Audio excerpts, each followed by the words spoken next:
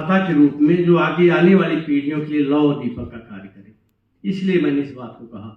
तो सूर्य की, जैसे मैंने कल बात की थी, सौर चक्र की बात कर रहे थे अपन, सूर्य कितना तपता है। कभी आपने रियलाइज किया, जैसा मैडम कह रही थी कि कला और के क्षेत्र के लोग तो चंद्रमा को कभी सुंदरता से जोड़ देते हैं, सूर्य को आग से जोड़ देते हैं, लेकिन कभी आपने देखा कि सूर्य कितना तपता है? हम उसको ईश्वर कहते हैं। क्यों कहते हैं? वही तकलीफ, विधाता ईश्वर क्यों कहते हैं? सूर्य कितनी तकलीफ सहता है।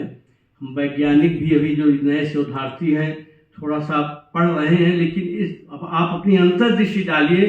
अगर आप सूर्य के तपने पर अंतर्दृष्टि डाल देंगे तो आप जिस भी क्षेत्र में काम कर रहे हैं आपका जीवन धन्य हो जाएगा और आप छोटे स्वरूप में अपने क्षेत्र में स्टार बन जाएंगे।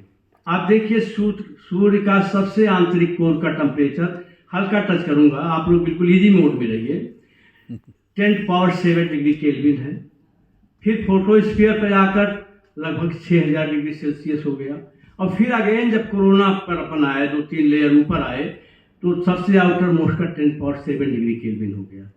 तो इसकी वैज्ञानिकता ये समझिए कि क्या ऐसी प्रोसेस है जो कोर में फ्यूजन हो रहा है और उस टेम्परेचर से आकर हम इतना नीचे गिर रहे हैं, 10⁻7 से 6000 पे आ रहे हैं। और फिर अगेन 2-3 लेयर के बाद जो आउटर मोस्ट लेयर है कोरोना, वहाँ पे फिर 10⁻7 डिग्री केल्विन हो जा रहा है।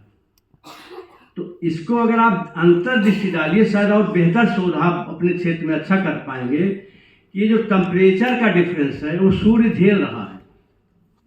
और आप स्वयं अपने जीवन में अगर टेम्परेचर का डिफरेंस झेलें, जैसे हमारे भरत जी कुलपति जी हैं, ये जो उस उत्तरदायित्व में टेम्परेचर का डिफरेंस अपनी सीमा में भी झेल रहे होंगे, रजिस्ट्रार भी झेलते हैं, प्रोफेसर्स भी झेलते हैं। तो जो आप डिफरेंस झेलते हैं वही आपका संघर्ष है। कुछ लोग कहते हैं बहुत परेशानी है, पार्ट ऑफ लाइफ है।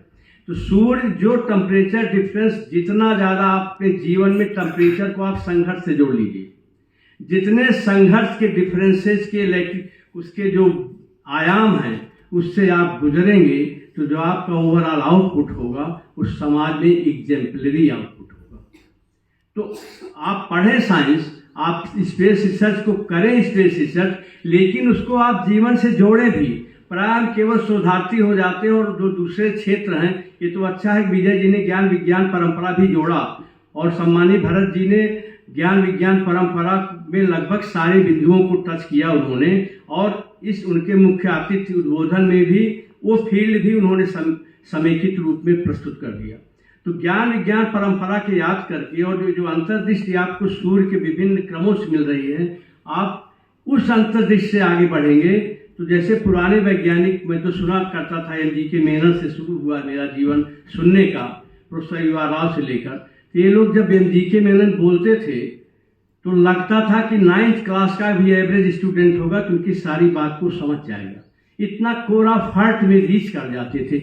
मतलब आप वैज्ञानिक हैं, आप शोधार्थी किसी फील्ड के हैं, अगर आप कम्युनिकेशन के माध्यम से विद्यार्थी से, शोधार्थी से जुड़ नहीं पा रहे हैं तो सब कुछ ऐसे ही व्यर्थ है जैसे पूरा शरीर स्वस्थ हो, पानी गले के नीचे न उतरे। तो ये अंतर्दृष्टि आपको आएगी कैसे डेवलप होगी, थोड़ा इस पर विचार करें। सन की बात की हमने, टेम्परेचर डिफरेंस, बहुत डिटेल नहीं जा रहा हूँ, इसमें पता नहीं दिन भर बोला जा सकता है।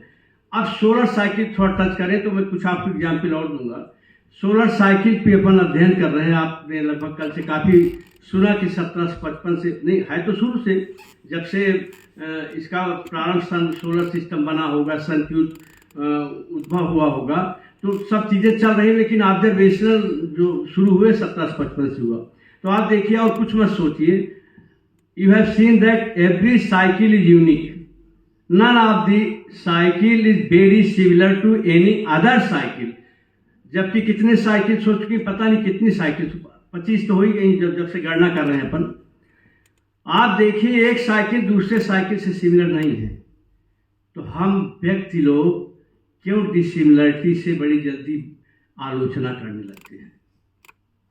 क्यों आलोचना करने लगते हैं? क्योंकि कहा जाता है कि आप अपने को बड़ा श्रेष्ठ मानते हैं, लेकिन आप ही जैसा दूसरा ए.पी. मिश्रा के बगल बैठा दिया जाए तो आप 5 मिनट बियर नहीं कर पाएंगे।